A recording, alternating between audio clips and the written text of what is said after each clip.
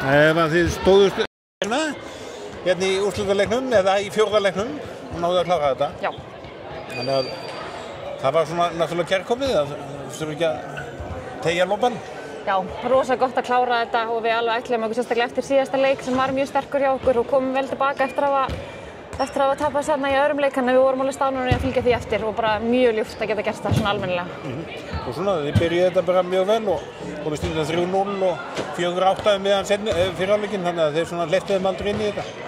Nei, og við náum bara að spila, þetta er svona klisjant, varnarleikur og markvarsla og það náum að halda í þannig. Mér finnst þau alveg við eigum að gera betur, við eigum að skora meira, finnst mér, en það kemur ekki að sök og bara flott úrslit í dag. Já, svo svona leikurinn gekk svona tíðum svona misjafnlega. Já, það var svona smá bras, en við heldum svona alltaf okkar striki og við erum ekkert að detta niður þó að það sé og það sýnir líka bara karakter, við náum að halda samt standard þó að hlutin verði erfiðir.